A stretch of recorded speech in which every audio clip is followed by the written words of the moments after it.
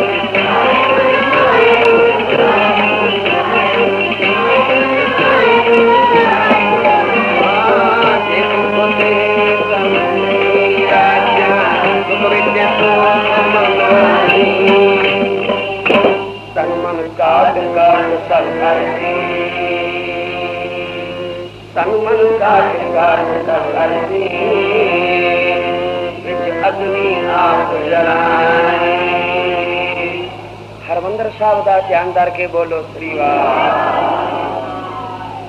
कीर्तन हो रहा गरीब नवाज पंजवें पातशाह कीर्तन सुन रहे कीर्तनीय कीर्तन कर रहे अज दरबार विच मियां मीर भी बैठा मियां मीर फकीर मनिया प्रमनिया और गुरु नानक पातशाह के घर से इसकी बड़ी पावना एडी पावना कि इसकी पावना दे सदके पंजे पासा गरीब नवाज हरमंदर साहब की नींह रखन वेले मियां मीर नूं सद्या सी तू पहली इट रख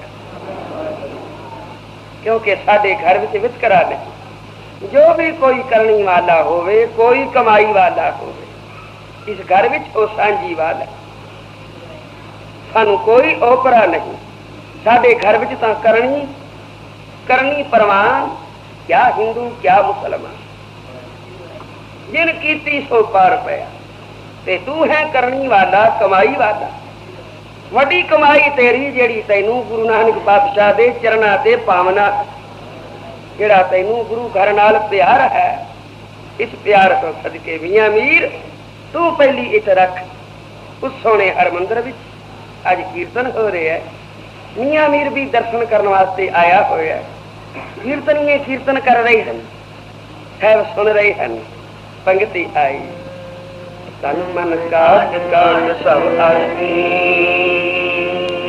तन मन काट काट सब आदमी विच अग्नि आप जलाए मियां मीर ने हाथ जोड़े गरीब नवाज तेरी बाणी सुचे मोती तेरी बाणी दा अखर अखर ये अमल विच आया होया गरीब नवाज जो कुछ तू बोले उससे तू आप भी अमल किया पर पातशाह आ जड़ी पंक्ति आई है तन मन काट काट सब अरसी विच अग्नि आप जलाई किसे इह जैदा दर्शन कराओ जेड़ा अपने आप नू अग विच रखी बैठा हो संसार दे भले दी खातर दुनिया नू ठंड पाउण वास्ते आप बलदी अग ते बैठा होवे अपने तन उत्ते एडा कष्ट सहार रहा होवे ते फिर भी उसका मुख मुस्कुरांदा होवे मथे वट न पिया हो कुर्बानियां देने वाले तां जी मैं कई वेखे हन पर एडी कुर्बानी सिखर दी ए मेरियां अखां ने अज ताईं किसे नूं देंदियां वेखिया नहीं बादशाह तेरी आ सोनी पंक्ति सुन के मेरा जी कर आया जे कोई ऐसा होवे संसार में मैं उसका दर्शन कर लवां साहब ने तकिया मियां मीर वाल मियां मीर तू अखी वेखेगा ओनू तू अखी वेखेगा जेड़ा अपने आप नू अग विच जला रहा होएगा समा नेड़े है और मियां मीर ये खेड वरतेगी भी मेरे अपने उत्ते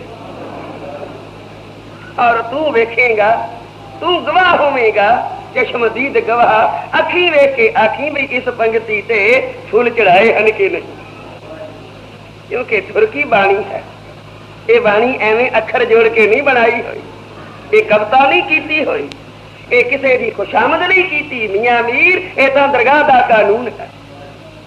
और जो अखर अखर गुरु की रचना तो उच्चारण होया है, इस बाणी में यही वड्डी वडियाई है कि उच्चारण वाले ने इसके उत्ते आप अमल किया, आप अमल किया है। जो मेरे गुरु नानक दे प्यारे तो भी अमल कर दे। एक बारी बाबा जी कीर्तन का भोग पिया, भोग तो किसी वेले भी नहीं सी पैंदा। दीवान की समाप्ति हुई, फिर कोई ना कोई शब्द पढ़ता हुंदा, कदे कोई कदे कोई। ड्यूटी बदल गई, कीर्तन का दीवान में भोग पै गया। बाबा जी अंदर चले गए, प्रसाद छकने थोड़ा जिहा। गुरु नानक नूं भोग लगा के फिर आप छकने।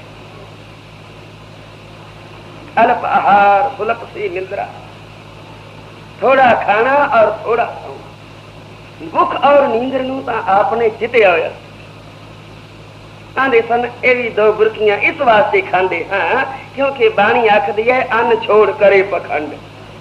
अन्न इस वास्ते त्यागया नहीं, घट कर लिया है। दो बुरकियां खा लेंगे। वो भी जिस वेले खान लगे ते बाहर कीर्तनियां बदल गया, दीवान का भोग पै गया। पहले कीर्तनिये चले गए, दूजियां दी वारी आ गई। उन्होंने पंक्ति दी सहज सुभा, रुखी रोटी खाए के, रुखी सुखी खाए के ठंडा पानी सी। बुरकी चुकी हुई हाथ विच मुंह तक लियांदी ते रख दी। ये रुखी सुखी तो नहीं, किवें खा लवां, बाणी पे रोकदी है।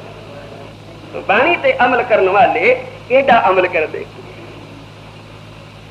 पंजे पासा ने आख्या ये अमल वालियां दी बाणी। मियां मीर हर अखर नूं अमल विच लियांदा होए। और ये जिहड़ी पंक्ति तो सुनी है, तन मन काट काट सब अरती, विच अग्नि आप जलाई। तेरी इच्छा हुई है मैं उस परम पुरख नूं वेखां।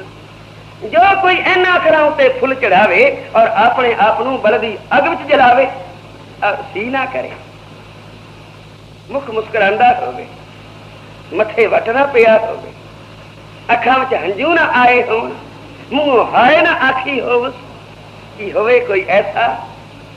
इस पंक्ति उत्ते फुल चढ़ाने वाला तो मेरा जी करता है मैं उसके चरण चट लवां। मियां मीर तू वेखेगा अखी समा आ रहा है। तो साध संगत वो समा फिर आन बने। आन बढ़िया जिस वेले चंदू ने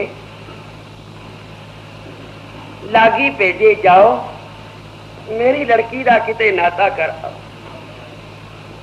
उस वेले लागी जाते सन, दूर देशों में फिरते सन, जिथे वर घर योग वेखते सन, संबंध जोड़ते सन। चंदू ने तुरन वेले आखिया देख लेना मेरे मुकाबले दा होवे, मैं बादशाह दा दीवान, किड्डी मेरी चढ़त है। और मेरी लड़की जिस घर जाएगी मेरा उस घर अगे सिर न्यूना है। इस वास्ते लागी वर घर वेख के नाता जोड़ना बहुत अच्छा। तुर पे लागी फिरदे फिरदे फिरदे, किते वर है तो घर नहीं, घर है तो वर नहीं चंगा। जिस वेले आए पंजे पातशाह दी स्रोत सुन के हरमंदर साहब आन के मत्था टेकिया, पंजे पातशाह दा दर्शन किया, निहाल हो गए। अजे बैठे ही सन कि थोड़ी देर बाद दरबार विच मेरी पीरी दे मालिक छेवें पातशाह गुरु हरगोबिंद साहब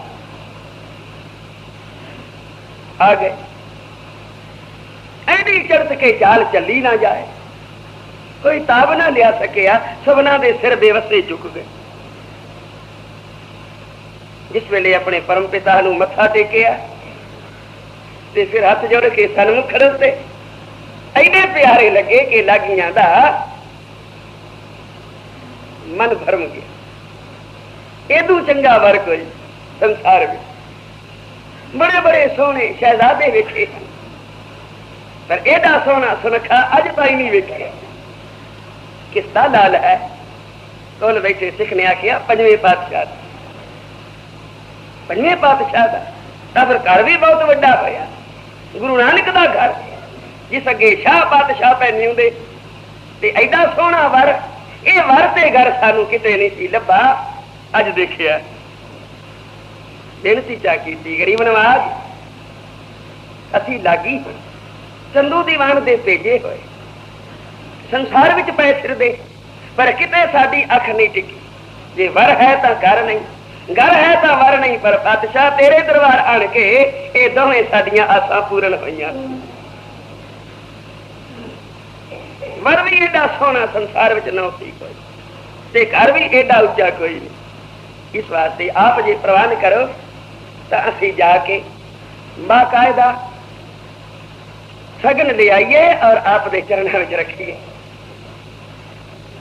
साहब ने आखिया भी गल विचार लो जी। असी विचार नहीं फिर भी विचार लो। ये गल्लां कोई ऐडी काली करन दियां नहीं होंगी, बड़ी सोच समझ के, क्योंकि पिछों फिर लोग पछतांदे पहला नहीं देखते पहला नहीं सोचते। इस वास्ते भाई पहला सोच विचार कर लो। गल तां मूंहों कढो पर लागियां ने आखिया जी असीं तां मना के जाना, साडी वल्लों तो देर ही कोई नहीं बादशाह, साडी वल्लों देर है, हाँ करो। साहब ने आखिया अच्छा। जिस वेले लागी आए खुशी विच नचदे आव। चंदू ने आखिया क्यों जजमान बधायो, तेरे भाग उत्तम, तेरी बेटी ने भाग शिखर ते आया। ऐसा वर और ऐसा घर संसार टोलियां नहीं लभदा किते, फिर भी नाम तां लो किथे। कौन जिस वेले नाम लिया गुरु नानक दी गद्दी दे मालिक पंजवें पातशाह गुरु अर्जन देव महाराज ते उन्हां दे साहिबजादे हरगोबिंद साहब।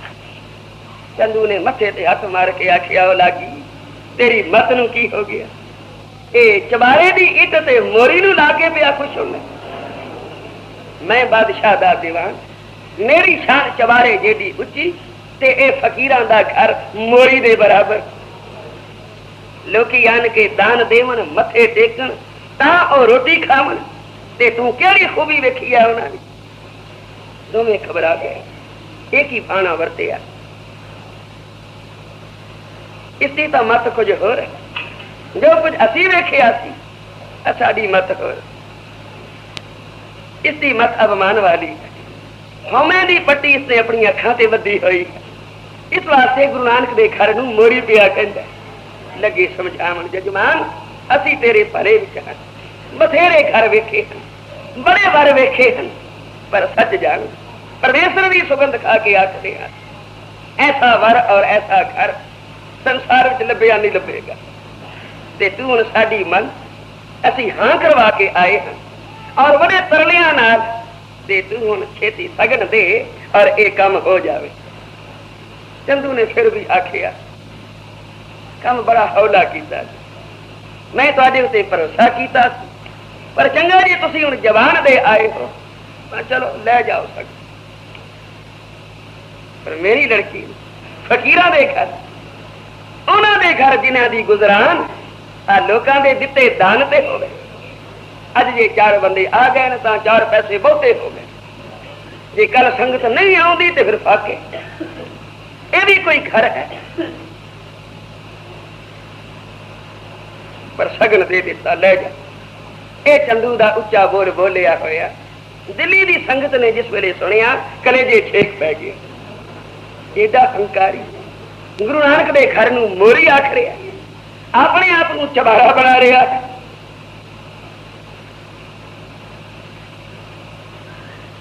उसे वेले सारे एकत्र होए, आओ भाई विचार करनी। और चंदू दी इस गल ते विचार जिस वेले कीती सबना ने आखिया भी ए नाता न होवे तां चंगा। मेरे साथ संगत प्रवानगी दिओ ते पंजवें पातशाह नूं बेनती पत्र भेजिए। सारियां ने मंजूरी दे दी। संगत विच अरदासा हो गया और बेनती पत्र लिख के सिख दे हथ दिता ते आखिया भज के जा छेती किते पहला सगन ना पै जाए। इधरों लागी सगन लैके आए। लो जी पंजवें पातशाह चिलंदियां जानन वाले कहंदे न बैठो ना जी हुण देर ना करो, लगन मुहूर्त सारा सोधिया होया है, आ करी शुभ है। इसे वेले अपने साहबजादे नूं बुलाओ ताकि आ जो कुछ लियांदा उन्हां दी झोली पा देईए।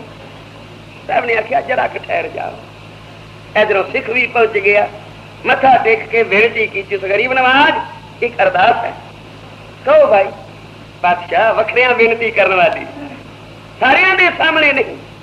हजूर ने आखिया नहीं तू सबना दे विच कहो। तो उसने चिट्ठी अगे रख दी, बादशाह ये संगत की बेनती है। जिस वेले साहब ने चिट्ठी वाची विच लिखिया सी भी इस दुष्ट हंकारी दा बादशाह तुसी नाता नहीं लवण, ये तुहाडे लायक नहीं। अपने आप को इसने चबारे जेडा समझिया। गुरु नानक दे घर नूं मोरी आखिया सी, लागियां दे मुंह पीले पै गए। गल तो सचमुच हुई और एक गवाह सन। जिस वेले उन्हें आखिया सी चबारे दी ईट मोरी नूं ला के आए, पर तरले नाल बोले जी छड्डो, जेड़ी गल हो गई हो गई। आप तो वेख के अनिष्ट करने वाले हो। साहब ने आखिया मैं सब कुछ अनिष्ट कर सकता हाँ, पर संगत का हुक्म नहीं टाल सकता, क्योंकि विच संगत हर प्रभ वसै जी। संगत विच गुरु वसता, जिथे संगत बह के हर जस करती है। मेरा गुरु नानक संगत दे विच बैठा हुंदा। ये बोल संगत का बोलिया होया नहीं, ये गुरु नानक की आज्ञा है।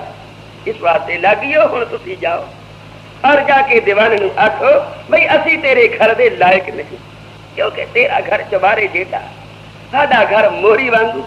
तू कोई अपने जैसा घर चबारे जेडा लभ, असी ते उन्हां नाल नाता जोड़ांगे जिन्हां नूं गुरु नानक दे घर नाल प्यार है। बादशाह मेरी कन्या हाजिर है। ये सोना लगन मुहूर्त सदिया होया, वेला शुभ है, हुक्म देवो ते सगन पै जाए। बादशाह ने आखिया सत वचन। चंदू का नाता मोड़ दिता, सिख का नाता दिता स्वीकार किया, ते ए लागी जिवें आए सन अपना मुंह लैके चले गए। जिस वेले जाके पता की दीवान तेरा बोलिया तेरे अगे आ गया। खबर लग गई दिल्ली की संगत नूं, उन्होंने चिट्ठी पा दी।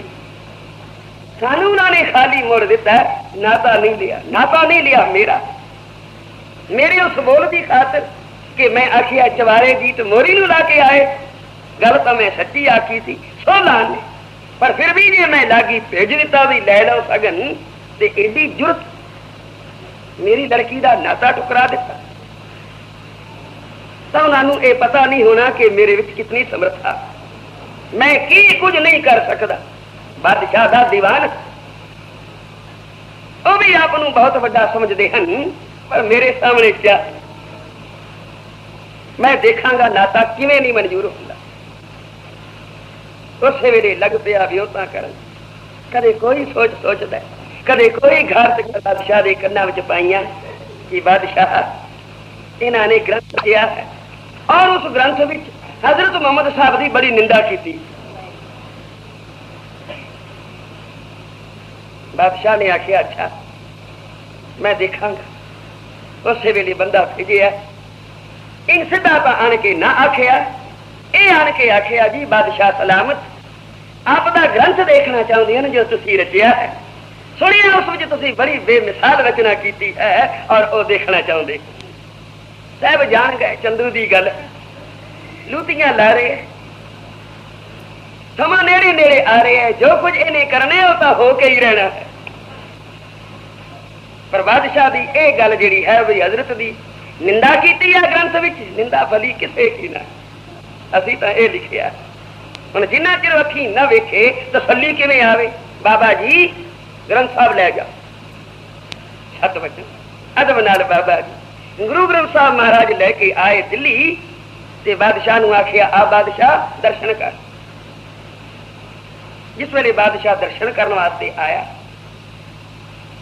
बादशाह ने आखिया मैं आप देखांगा।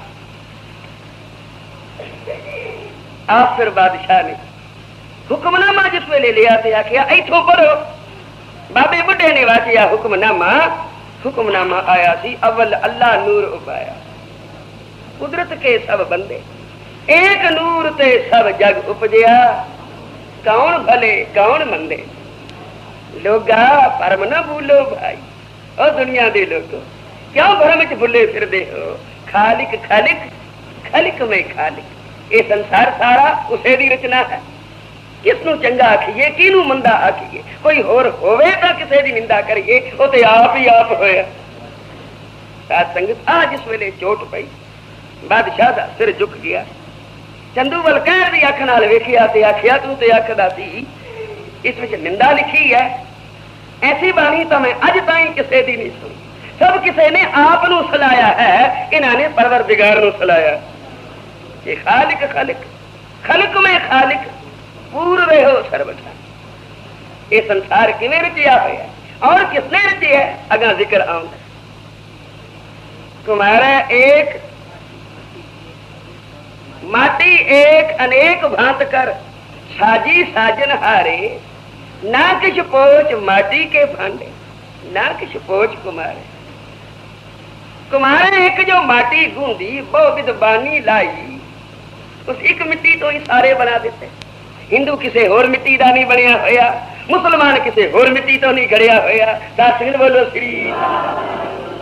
ये जितने शरीर हैं संसार में सब खाकी हैं, मिट्टी तो पैदा कीते हैं और मिट्टी सब इको जी है, इको जह बनाए हैं। जमदे बच्चे नू की पता मैं हिंदू हाँ के मुसलमान हाँ, कोई नहीं पता। ऐसा जिस वेले वड्डा हुंदा है, जिस तरह की जिन्हों मत मिलती है उधर हो जाता है। अवल अल्लाह नूर उपाया, ए उस नूर का करिश्मा ए कुदरत ने सारे बंदे करे। कोई भला ते कोई बुरा कौन कह सकता, जब बनाए सारे उसे दे हुए। किसी भी बनाई चीज नू माड़ा आखिए तो चीज माड़ी नहीं, बनाने वाला माड़ा होया। इस वास्ते तसल्ली हो, ये बाणी सच्ची है, सुच्चे मोती हैं। अदब नाल बेटा अगे रखी और विदा किया, पर सर बल गया चंदू पापी, व्यों तिसदी सिरे न चढ़ी। होर लुटियां लाने लगा बादशाह तेरे पुत नू जो बागी हो गया सी।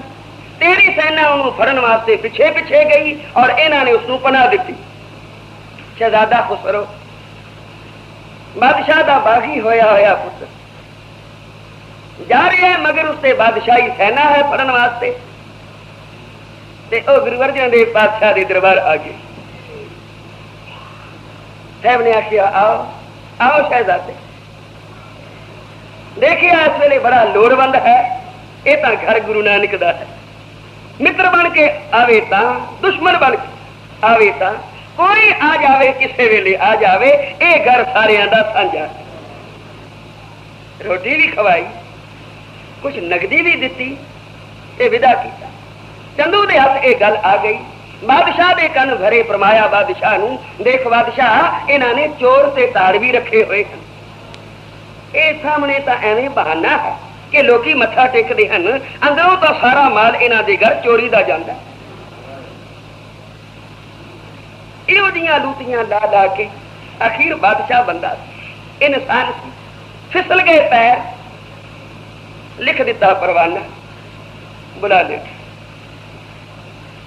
ये सारी गल उन्होंने सामने रूबरू हो गई।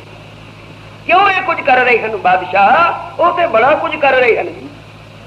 तेरा राज वो नहीं चाहते, वो तो अपना राज बना रहे हैं। अंदरों अंदर वो अपना राज पक्का कर रहे हैं। लोगों को भावना दे दायरे में लिया रहे हैं और भावना वाले बंदे मरण मारन को तैयार हो जाते हैं। इस वास्ते बादशाह जमदे बूटे नू पुट लेना बड़ा सौखा होंदा है, जे वड्डा मुठ बन जाए तो फिर मुश्किल हो जाती है। इहो जिहियां लूटियां ला चंदू ने जिस वेले बादशाह का मन फरमाया तो बादशाह ने परवाना लिखिया। वो परवाना फिर आया हरमंदर साहब ते साहब ने समा विचार लिया कि हुण वो समा आ गया है जिस वेले मियां मीर नाल वचन कीता सी कि तैनू इस पंक्ति दे अर्थ समझावांगे। केड़ी पंक्ति? तन मन काट काट सारी विच अग्नि आप जलाई, विच अग्नि आप जलाई। जान गए सन ततियां लोहां ते बैठण दा दिन आ गया।